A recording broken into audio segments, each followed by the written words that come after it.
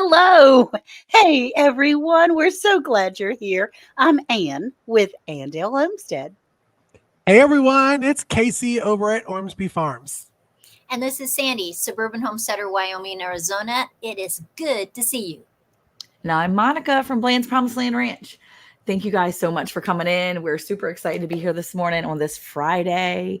It's funny because I look forward all week and then I'm like, wait, Friday, it really is the last day of the week. I can have a weekend now. I can get to the weekend once we're done here and my day is going. It's like weekend stuff, right? So we talked with Blue last week from Blue Self-Reliance, and she's back again this week because on the podcast, we talked about rebel canning again and really all about the things. I mean, rebel canning, I have issues with the name rebel canning because I really don't think it's that rebellious. I mean, really, who are we rebelling Well, against? and Monica, I think also for those that are watching, me, you, and Sandy, Ann was there in spirit. We were asked to be on Kettle Kitchen's live with Blue as well because of the episode. So we just turned into our own little celebrities after this episode dropped. Well, it's a good conversation to have because I think a lot of people, when they get into canning and they're so concerned with following the rules to a T, which is important to follow some rules, you get so worried about following all the rules that you're way afraid you're going to mess up. And if you're going to live your life in fear of messing up or even just starting, you're never going to get to the best parts of things. And that's preserving food for your family. So that's my thing. I'm like, it's not rebellious. It's just finding a way to do things for your family that works. And if you've done your research, why is it rebellious? Why is it rebellious? That's my question. So anyway, that's my little spiel. And so, hey, Miss Ann, would you welcome people in? Do we have anybody watching this morning? We do. I would love to. Good morning, everyone. Good morning. We're so glad that you're here. We got cousin Kayla from Sneed's Farmhouse. I'm going to be visiting with her on September 13th. We've booked a tour because I'm going down to Alabama. I'm going to be at the Great Garden Fall Festival at Petals from the Past, and Kayla's going to be there, which is going to be fun. We'll stop Nice. by Oh, Sneed fun. Farmhouse on our way on Friday. Hey, Cynthia, all the way from the Netherlands. We love you. Hey, Laura, how are you this morning? Good morning, my Jesse. Hey, he says, morning, everybody. Hey, Troy Sutton, how you doing, buddy? And Valerie Williams, we're so glad you're here. Scottish Prepper, well, I do. Hello, glad you're here. And Jay, hi. Oh my goodness, I'm so glad to see you. This is my buddy that lives about 30 minutes from my home. And we have lunch together periodically, and I'm just crazy about him. And my wild home is here. They've got lots of adventures going on. B&S Odyssey. And hey, Denise, good morning. Our treasure hunter, Neil. You are the friendliest soul that I've ever known, saying hey to everybody. Good morning, darling. So we're so glad to have everyone here. Ashley's Allotment Adventures, good morning. Let's go on because if we continue, we're never going to have our sweet, sweet, beautiful Blue. Bam. Hello. There she is. There she is. Okay, so part 2 of Rebel Canning. Part 2. I think, I was actually texting everybody this week because I actually got to sit down and actually listen to us instead of just trying to remember what we all said. During the episode, I got to sit down and listen. And part 2 was more information based on how canning started. We talked a lot about how it started and how, which was from the French. And Blue, did you want to give that kind of information of where it started for those that haven't yet listened to the podcast, but will, hopefully? But will. Yeah, they will.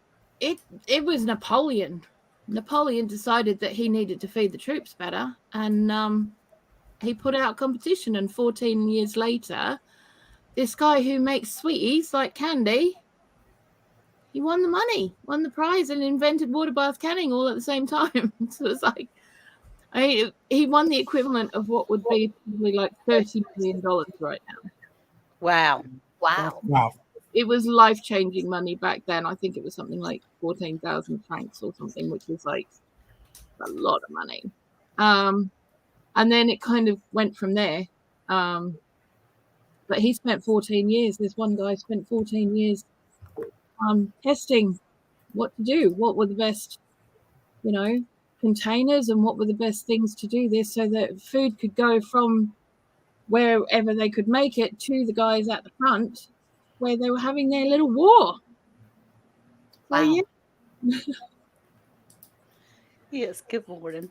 Good morning. It's crazy what it's interesting to think that the government started, like a government started this, and A rebel government, no less. Yeah. Wait, what did you say? A rebel government, no A rebel less. government. Yeah. Yeah. Well, government started this whole idea, and it's just it comes full circle and is regulated in certain areas, but not regulated in all the areas, because what makes it rebellious is the fact that we're a country that has rules about it, and other countries necessarily don't. We have guidelines. Yeah.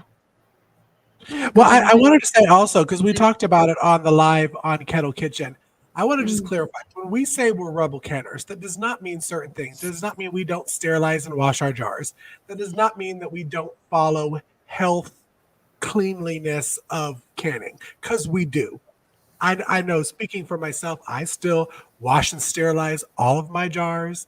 I still make sure that, if the lid's popped, I either freeze it or use it right then, that kind of stuff. So when we say rebel canning, as Monica was saying, the term is used loosely. Yeah? It's really just because we are doing recipes that have worked for us, but may not be government approved or tested. So I wanted to just put that out there. When we say rebel canning, we're not being completely rebellious and, getting a dirty jar and throwing stuff in, throwing it into the, water bath canner. That's right. We're still following some rules. It's just something that maybe because the USDA's funding is very low, they can't test everything all the time, and especially now. And so we might partake in a few things that are not exactly in the book. How about you, Sam? How do you feel about the word rebel canning? Well, I think I'll say it's interesting. Okay. Because, I've been canning for a lot of years. I'm the oldest person on the panel. And I remember when I was in my 20s and 30s, and we were putting herbs in our jellies, and we were doing different things that weren't in the recipe books. And some people were just aghast at that.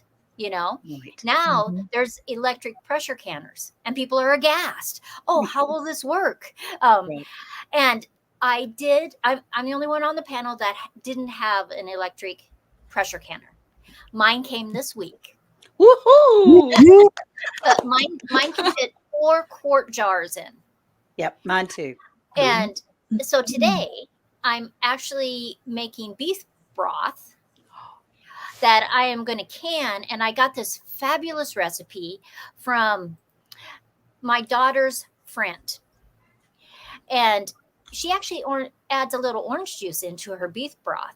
It was the best beef broth I had ever tasted in my whole life. Yum. And so I'm going to do that recipe. I'm going to work on that today. It takes hours, to make it. So it'll probably be up tomorrow. But I am going to can it in my electric pressure canner, which some people call rebel canning. I just think it's a silly name, really, honestly. Yeah. I mean, it is important. And Blue, in your country, you have completely different guidelines than we do here in the US. Yeah. But you follow your guidelines. It's not rebel, it's just the way it is. They've only, in the last 12 months, mentioned pressure canning in the guidelines for preserving food. They've only just put in, And it's only like a 2-sentence kind of guideline on, yeah, you can do it, basically.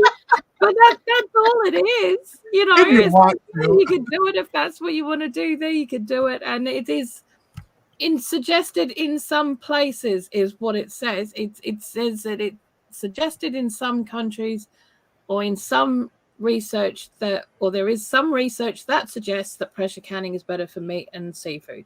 That's all it says. It doesn't say anything about anything else, but that is literally all that the guideline has said. And that was put in there maybe 12 months ago. Wow. You know, they'll you know, but Gotcha. we don't really listen to it. Well, your country and most of Europe has been doing their canning, you know, even the meat water bath for Yeah. for how long? 100 years, 200 Well, years, you know? since the Napoleonic War, shall we say? Yeah. Like, we've been doing it since then. So, you know, that's exactly what we've been doing. So, you know, I mean, like meat. Yes, we've done. I do a lot of charcuterie when it comes to meat, because I don't like taking up space in my freezer with it. I prefer to have it where I can get it, but I also don't want to take up a lot of space with jars with it. Mm-hmm. And Gotcha. if I can hang it from the ceiling of my kitchen, I'm Mhm. going to hang it from the ceiling of my kitchen. There you go. It's not taking up any cupboard space. It's not taking Mhm. up any freezer space. It sure as heck isn't taking up any of my shelf space. That's It's, right. it's using a part of my kitchen that, you know, is pretty much the only place you can stick anything else in it is up. So, you know, it works. Hey, Ashley's allotment adventure says I made pickled onions last week. Yay! I'm a rebel canner. He's just kidding. Let Okay, me well, say, it's Blue, really after cool. recording the episode with you, because I had never made the jelly where you just turn it over. Yeah. And I think you and Sandy talked about that on the Yeah. episode. I've only Opening done a kettle. water bath. I did it, and I have to say, I've been canning for almost 4 years. It is the best consistency of jelly that I've ever made. Really? It was jelly. I did it from juice. And I remember you saying in there, it's because pectin, and I researched it, so this is true. This is fact check. Pectin, if it gets too hot, dies. Done. Yeah. Wrap. So long. And when you're having to bring it up to the boil, then adding the pectin in, and then you're also water bathing, which is boiling it again. You're just completely killing the pectin. So I was like, okay, let me give it a good old hee-ho try and see what Sandy and Blue were talking about. So I did it like how you would make jelly regular. And then when you put it in the jars, you got it in finger tight, and then you flip them over and you let it sit. I let it sit, like Blue said, until the next day. Flipped them back over. And now that they weren't completely, because they weren't cooled all the way, but when I flipped it back over, they were syrupy. And then I checked them a couple hours and they were thick. Like I'm talking thick. It was crazy. And all of them sealed. 100% sealed rate. Easy. I Awesome. didn't have to heat up my kitchen. I didn't have to pull out the electric pressure canner to use water bath. So it was easy. It was easy and fun. And that's known as rebel canning now. So, I mean, I love Yeah. doing it. It's how people have done it for forever, as far as I know. You know, do it especially with jams and jellies and things like that. Yeah.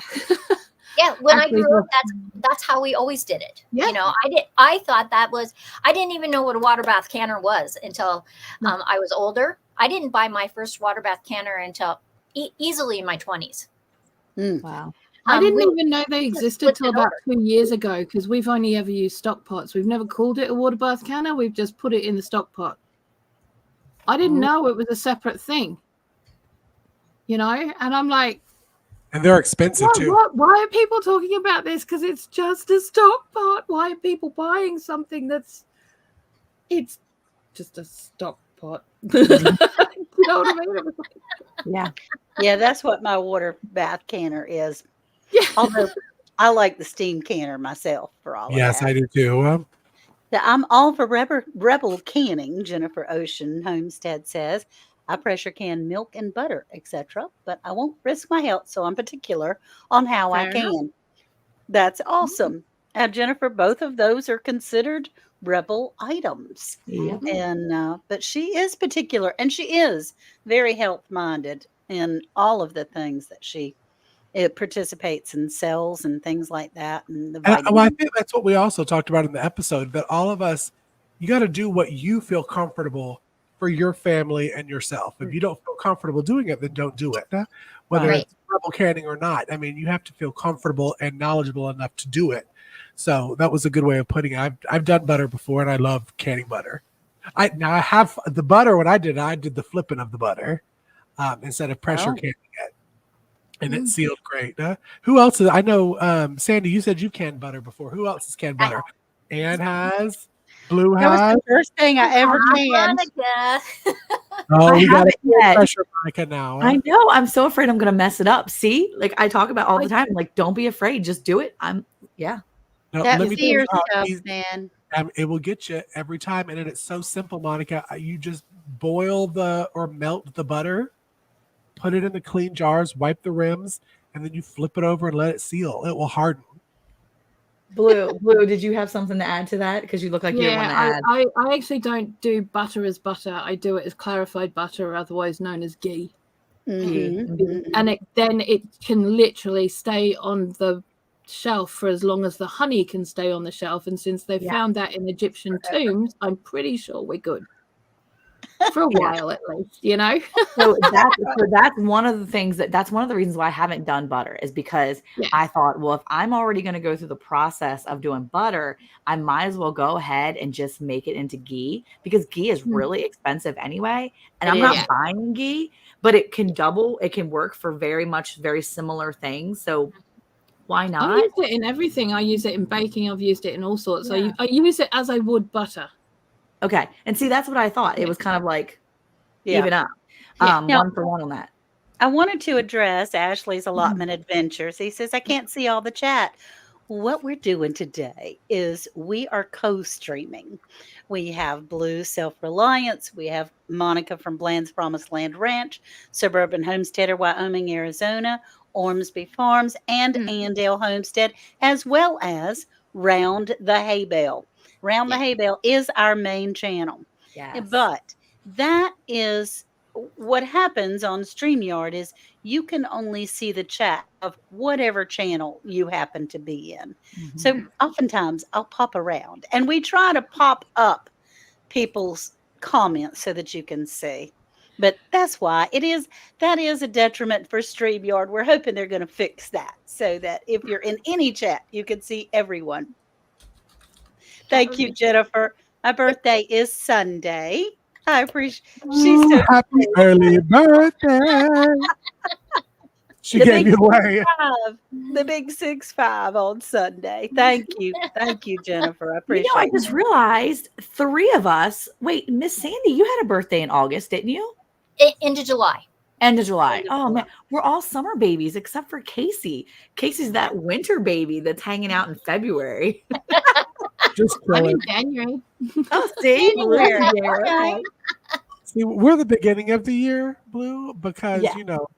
we're Yeah. so wild and out there that they have to put us at the very beginning. So, round the hay bale panel. Yes. You know, when we get 500 subscribers, we're giving free giveaways away, right? What about if Jesse's been so helpful doing our chat, helping with our chats? You know, when we sent one to Ginger, couldn't we send him one of our cups? From I Lazy think so. Days Ahead Should. with Jesse and Lisa, I Mhm. think that is fabulous. I I So, think so we Jesse, should. I'm going to mail this to you, okay? Can you get make the her big, prize of the Casey, day. so she can show him? Yes. Maybe. Oops. There we go.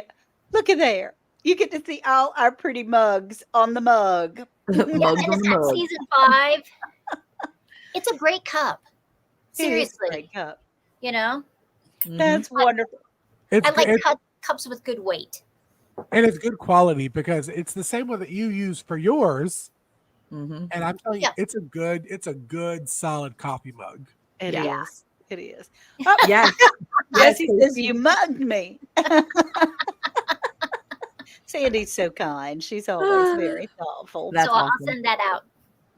That's really sweet. If you need their address, I kind of sort of have it too, but it's on their page as well. I'm sure I have it though, so I'll Good. mail that out to him. Thank But you. but yeah, you mentioned Sandy that when we hit 500 subscribers, we are doing a giveaway. So definitely, if you're on Suburban Homesteader Wyoming Arizona's channel, or Ann Dale's channel, or Bland's Promised Land Ranch channel, you go over and you click that subscribe on Round the Hay Bale and on my Round the hay channel bale. too. Go to Round the Hay Bale, click that subscribe button, because once we hit 500, we are doing a giveaway, and we got a lot of good prizes. So Yeah, I just That's dropped right. that link in everybody's chats so that they can click the link. whoop, Awesome. whoop. And we're giving different prizes away. So I finished some of my gifts. So let me show them. I made plant steaks. So like this is a radish, Oh, I love a them. tomato, Cute. peas, carrots. I actually have like 6 different things Those are so that we're going to give adorable. away too. So cute. So make sure you subscribe. Yes, Yes. subscribe to Round the Hay Bale.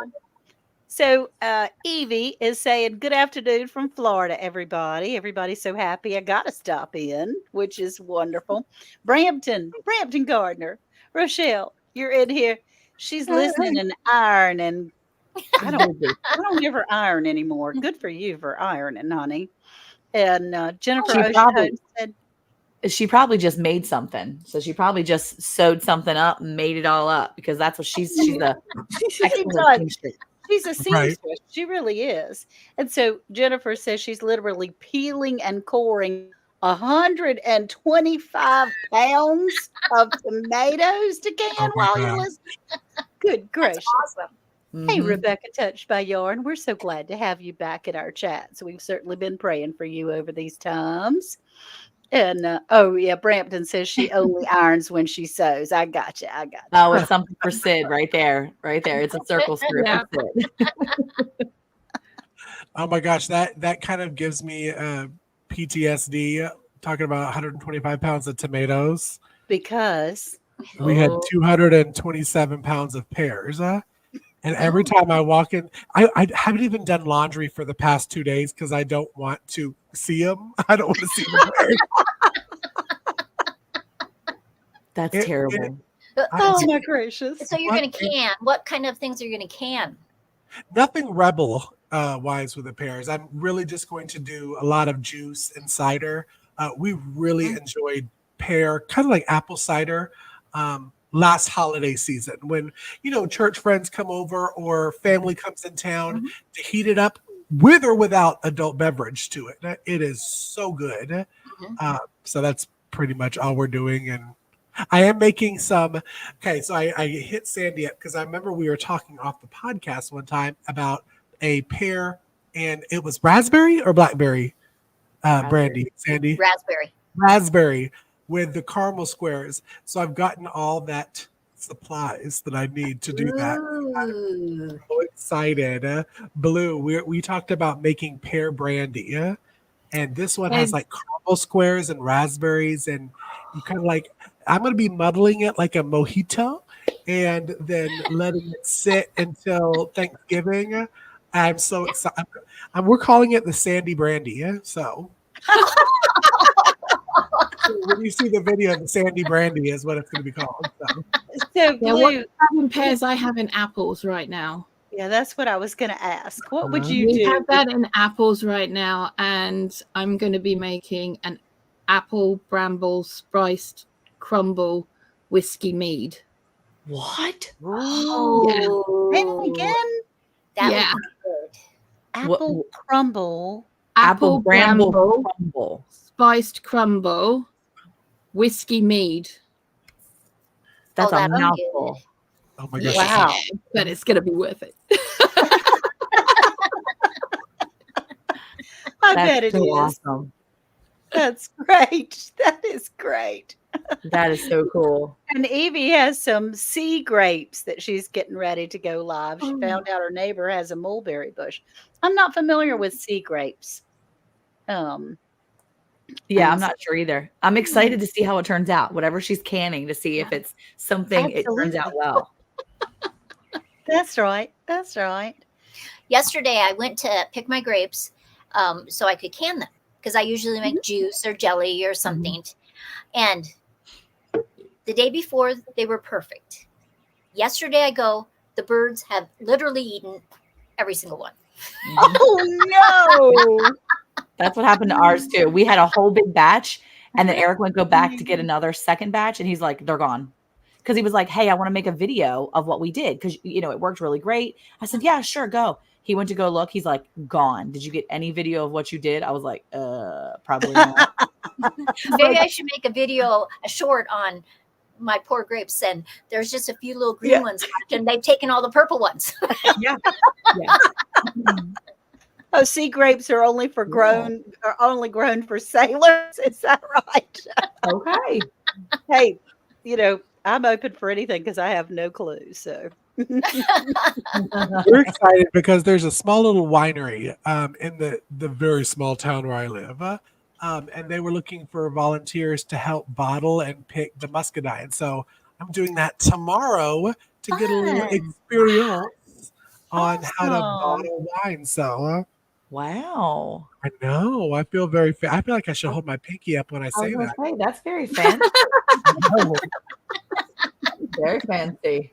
So I was with the grandchildren up to my nose with kids when you guys went on your rebel canning explanation. I was able to see a little bit of it, about half of it.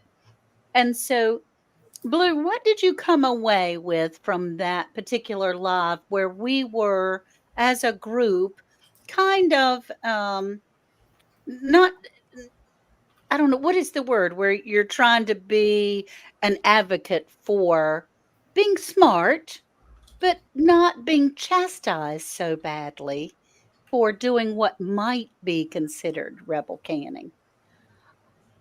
I actually found it incredibly helpful Good. because there's not enough people that talk about the fact that it's only really 3 countries that pressure can. Mhm. Right. And that from outside of that, people seem to forget there are 206 other countries that don't Right. do it. Or they might be doing it a little bit if they can afford the equipment, but most people in those countries can't afford the equipment.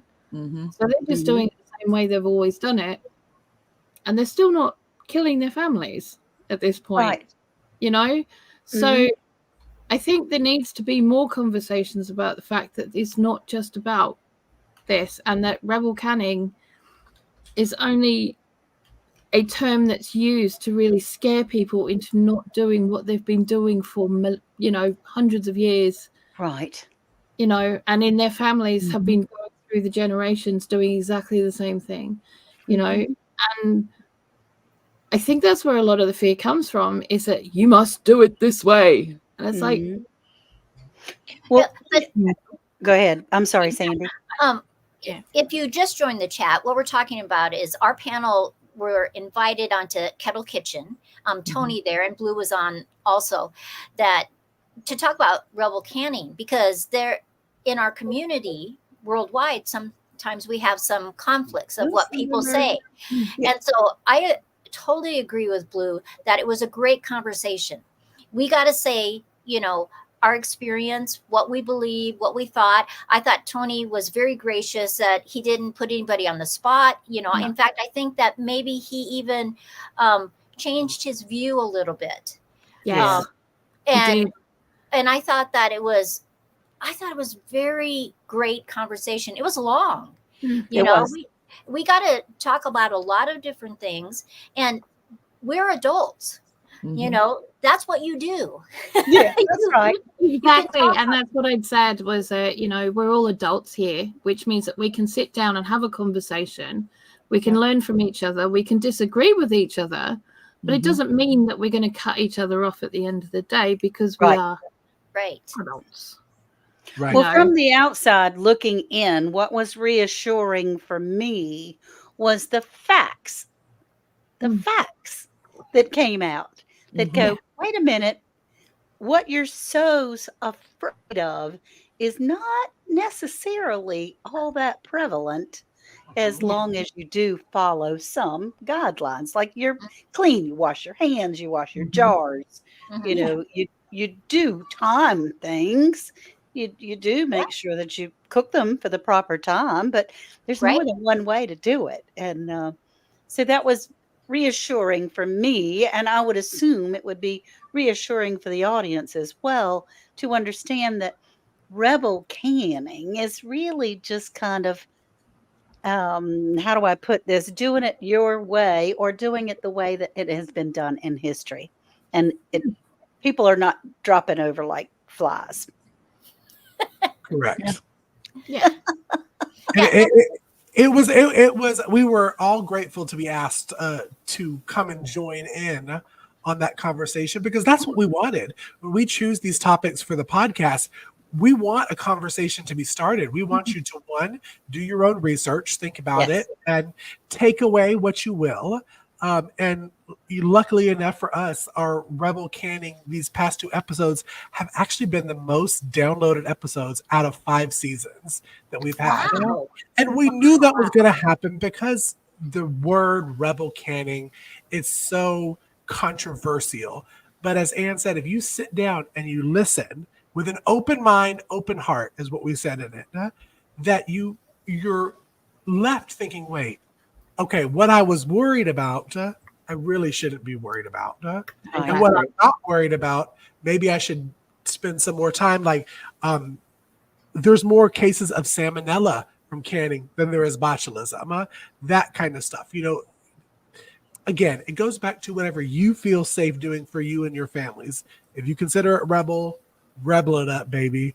But you need to be you need to feel comfortable doing it for your family because you're not giving this to anybody else. I'm not canning stuff and leaving it on the corner for other people to get. I'm doing Right. it for my family. So Well, I that think was it's important too. I think it's important too to note that, if you look at the whole thing, you're basically just looking at your people are getting more sick more often from things that are given to you by the government or by big businesses that you think are taking care of you. I mean, you In the can grocery go store. in the grocery store. Yeah. You can't go to Wally World and go buy a package of lunch meat without questioning, am I going to have to heat this up thoroughly so I don't get salmonella or whatever Right. listeria could be containing inside?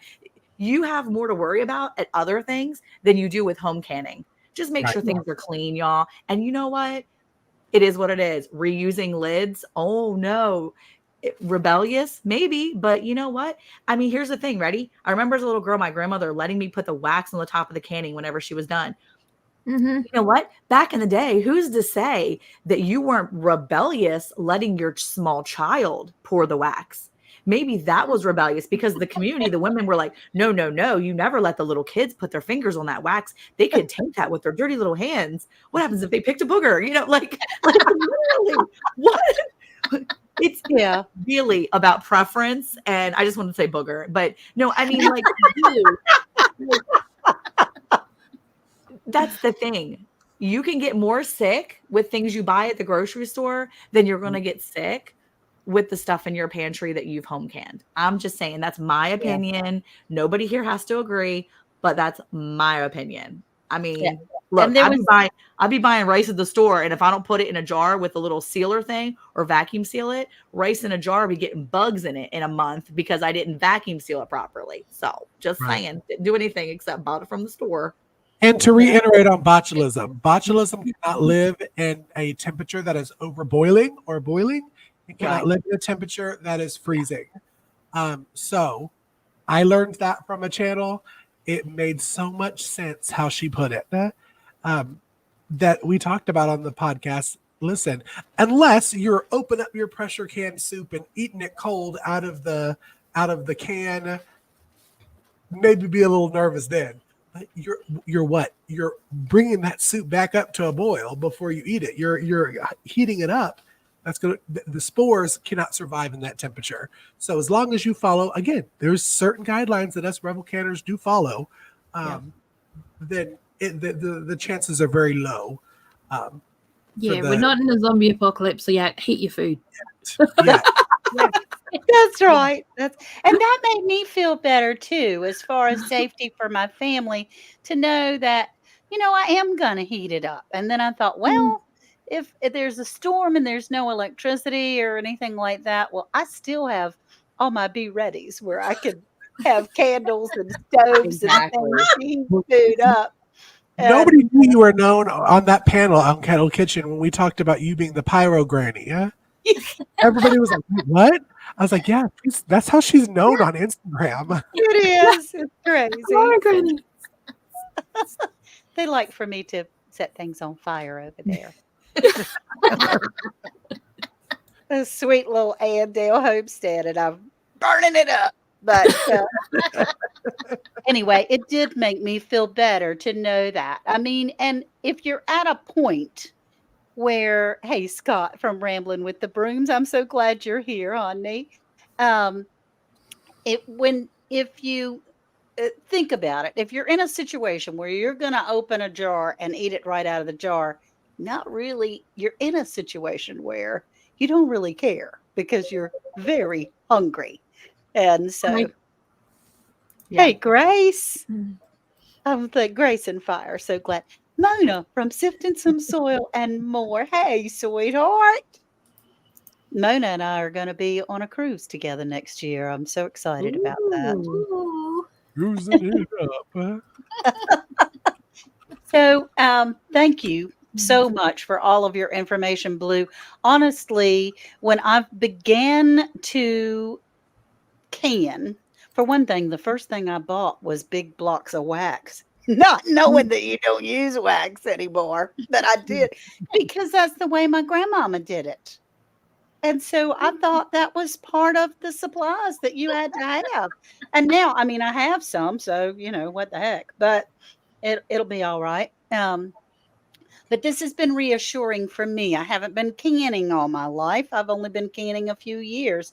And to know with Blue has all this information and all the facts and all the things that are going on, you've been so reassuring to know that, hey, this is not something, you're not purposely going to poison your family. This is something that we can do. And let's check the facts. Right. Yeah. And do your research. And so thank you so much, Blue, for being here and making our hearts feel better. You're making my head grow at this point. Well, it is. It's You're absolutely the truth. She's like the Sandy of the UK. What a compliment.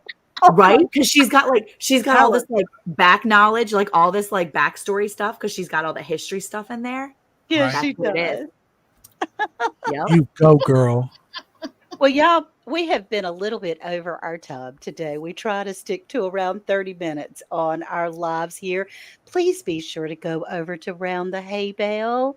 Once we do get up to 500 subscribers, we got some real good goodies that we're going to have a giveaway. Look at there. There's a mug that we're going to be giving away, along with our crafts and personal items and maybe a couple of things from our Amazon stores. So Blue, again, Blue's Self-Reliance, thank you so much for being here. It's been a wonderful treat. For having me. And we appreciate you all. Please listen to our podcast. I'm having so much fun and learning so much. It comes out every Monday at 12 o'clock, 12 o'clock Eastern, all over the place. And when people say that, I go, well, like all over the place where? It's gonna Apple, Spotify, YouTube. And if you go to Round the Hay Bale, it'll be on there too. So thank you so much. We appreciate you all. On Audible. And Audible. That's Yep. right. And Audible. Thank you so much. We love you all. And we really appreciate all of our moderators and everyone that came in for a visit. Thank you. Bye, y'all. Bye. Bye, y'all. Bye.